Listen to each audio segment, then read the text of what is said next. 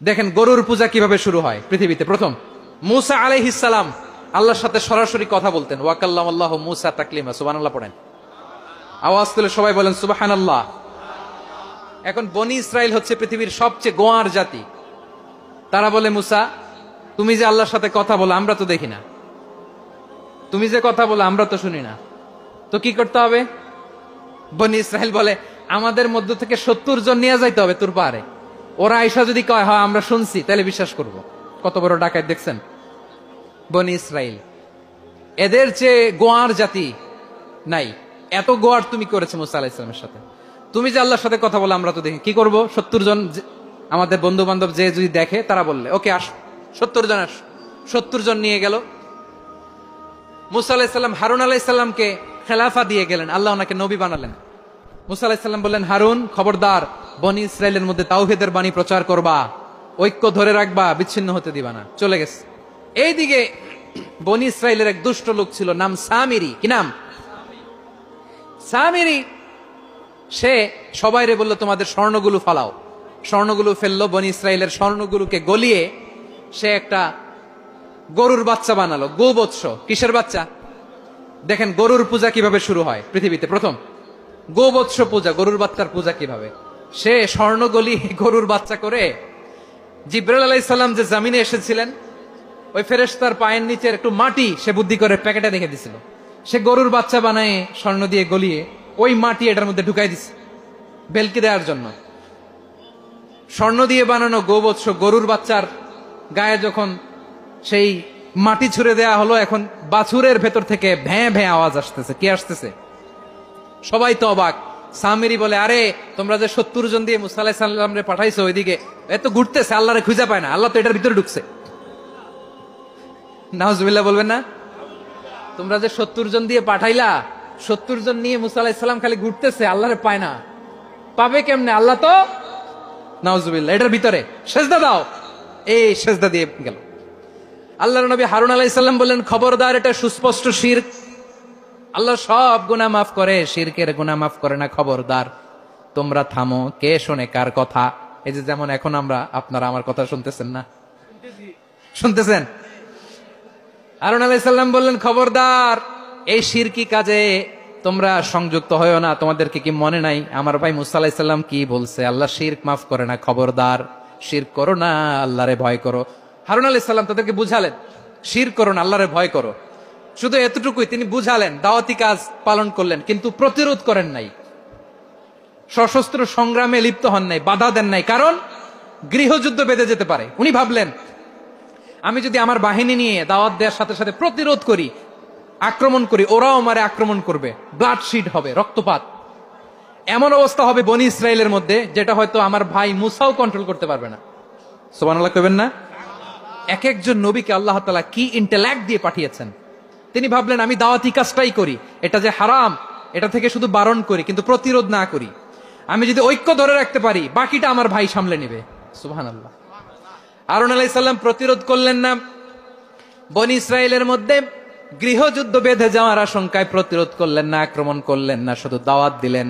In the mean time মুসা আলাইহিস সালাম আল্লাহর সাথে কথা বলে যখন ফিরে আসলেন, দেখলেন বনি ইসরাইলের অধিকাংশ লোক মুশরিক হয়ে গেছে। মুশরিক হয়ে গেছে। মুসা আলাইহিস সালাম রেগে গেলেন। রেগে প্রথমে বনি ইসরাইলদেরকে অ্যাটাক না করে ভাইয়ের দাড়ি ধরলেন। হারুন আলাইহিস সালামের দাড়ি আর চুল। মেজাজি নবী ছিলেন। হারুন, তুমি কি করলা? তোমারে কি দায়িত্ব দিয়ে গেলাম? তুমি কি করলা?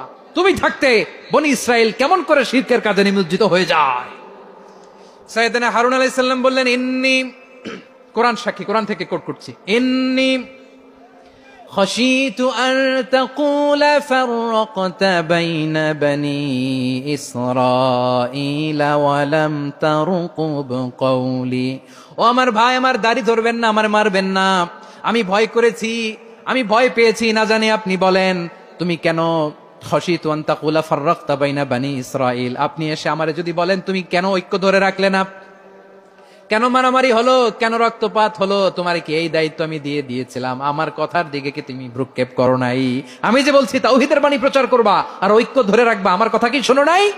আপনি আমারে ধমকাবেন, এই জন্য আমি প্রতিরোধ করি নাই, আক্রমণ করি নাই, গৃহযুদ্ধ আটকানোর জন্য কিন্তু আমি দাওয়াত দিয়েছি। সুবহানাল্লাহ পড়েন।